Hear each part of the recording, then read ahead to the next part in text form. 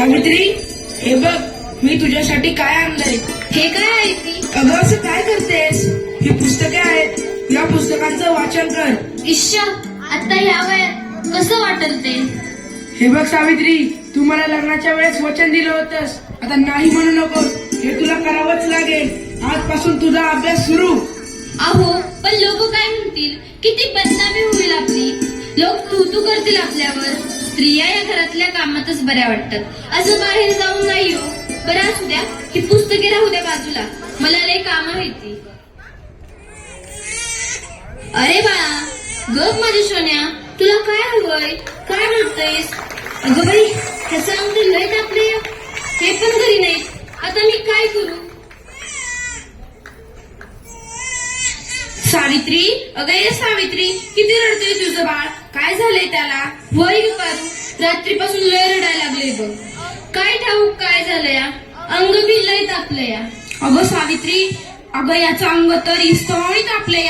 होय ग पारू, आता मी काय करू? अगं सावित्री, ही तर भूतबाधा आहे, भूतबाधा. काय भूतबाधा?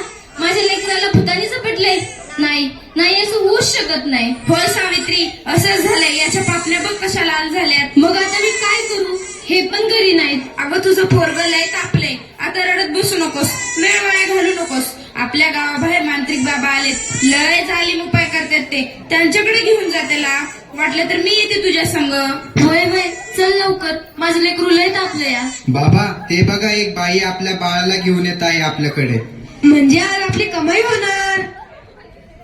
बाबा, माझ्या बाळाला वाचवा. बाबा, माझ्या बाळाला वाचवा.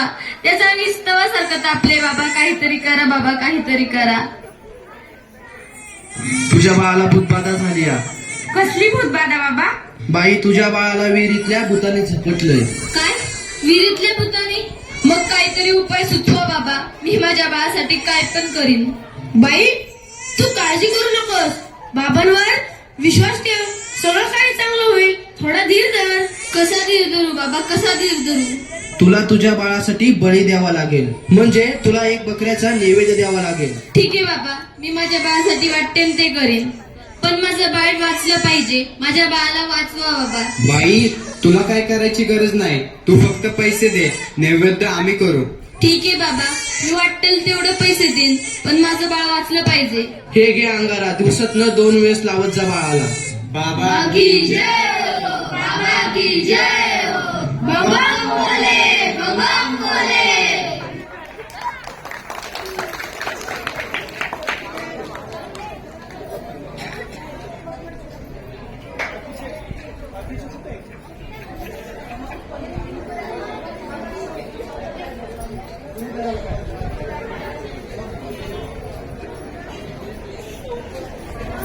त्यावेळी काय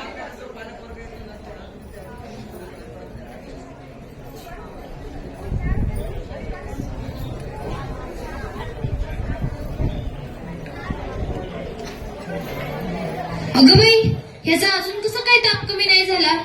काल बाबाकडे जाऊन पण काय बी फरक पडला नाही. अगं किती रडतोय तो. तुला किती वेळा सांगितलंय त्याला दवाखान्यात घेऊन जा म्हणून, पण तू काय माझं ऐकू नकोस. अहो, ऐका ना, चिडू नका.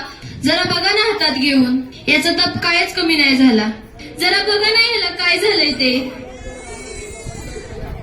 त्यावेळी तुला किती वेळा सांगितलं की घरात प्रसूती करू नकोस म्हणून. अशा वेळी एका आईचं आणि बाळाचं दवाखान्यात असणं किती महत्वाचं असतं, माहित आहे का तुला?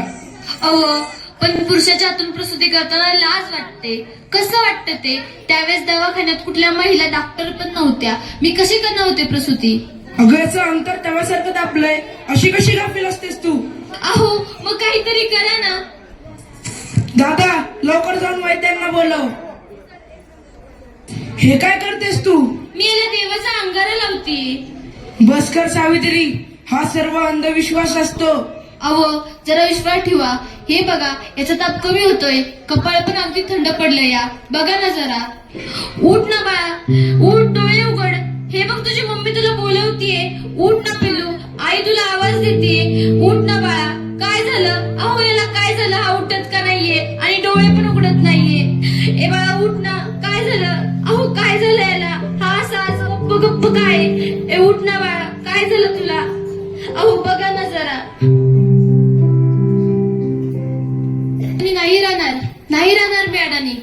शिकेन, मी नक्की शिकेन. कारण उद्या एखाद्या कुण्या आईला उपचाराच्या कमतरतेमुळे आपल्या बाळाला मुकावं लागणार नाही. मी शिकेन, मी नक्की शिकेन. शाबास सावित्री, शाबास.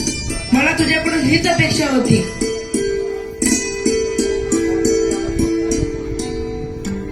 अगं बाई, मला माहितीच नव्हतं सूर्य हा पृथ्वीच्या गोल फिरतो.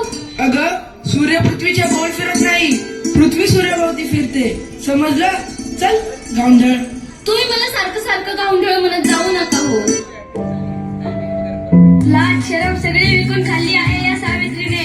कलियुग आहे रे बाबा, कलियुग. उद्या डोक्यावर हिरे वाटेल तेव्हा कळेल या सुभद्रावांना. असं कोणी आपल्या बायकोला शिकवतं का? सगळं जग नष्ट होईल. सुभद्रांनी काय झालं? या समाजाला घाबरलीस की काय? हे तर तुला आयुष्यभर सहन करावं लागणार आहे. नाही, मला आता कोणी काही म्हणू दे, मी आता मागे हटणार नाही. मी शिकेन, मी नक्की शिकेन. मग चल माझ्या बरोबर. पोस्टमॅन, सुमंतरावांचं घर हेच आहे का? तुमची दिल्लीहून तार आलीये. सावित्री, तुला दिल्लीवरून तार आलीये. तुला दिल्लीला जावं लागेल. तुला दिल्लीला पुरस्कारासाठी बोलवलंय. तुझा सत्कार होणार आहे. काय? आज हे फक्त तुमच्यामुळे शक्य झालं, नाहीतर मी एकटी काहीच करू शकले नसते. Congratulations, keep it up. महिलांचा सन्मान वाढवला तुम्ही. आज माझ्या हातात ही डॉक्टरकीची पदवी नसून उद्याच्या त्या सोनेरी क्षणाची चावी आहे, ज्याच्यावर आजपर्यंत फक्त अंधविश्वास व नकारवक्तेचे कुलूप लागले होते. माझ्या देशात अशा अनेक महिला आहेत ज्यांची स्वप्न चुलीच्या धुरात भरवून गेली आहेत. मला असं वाटतं ही स्वप्नांची पतंग खुल्या आकाशात उडावी आणि प्रत्येक घरात सुमंतराव असावे. कारण हे या पतंगाच्या दोऱ्याला कधीच कापू देऊ नये. हे करणं खूप अवघड तर आहेच, पण अशक्यही नाही. सावित्री, चुकलं माझं, मला माफ कर. मी तुला नाही ते बोलले. तू आज शिकून समाजाला धडा शिकवलास. आम्ही काय आडाने त्या आडानेच राहिलो. आता आम्ही पण शिकणार. खरं सावित्री, चुकलं आमचं, माफ करा मला.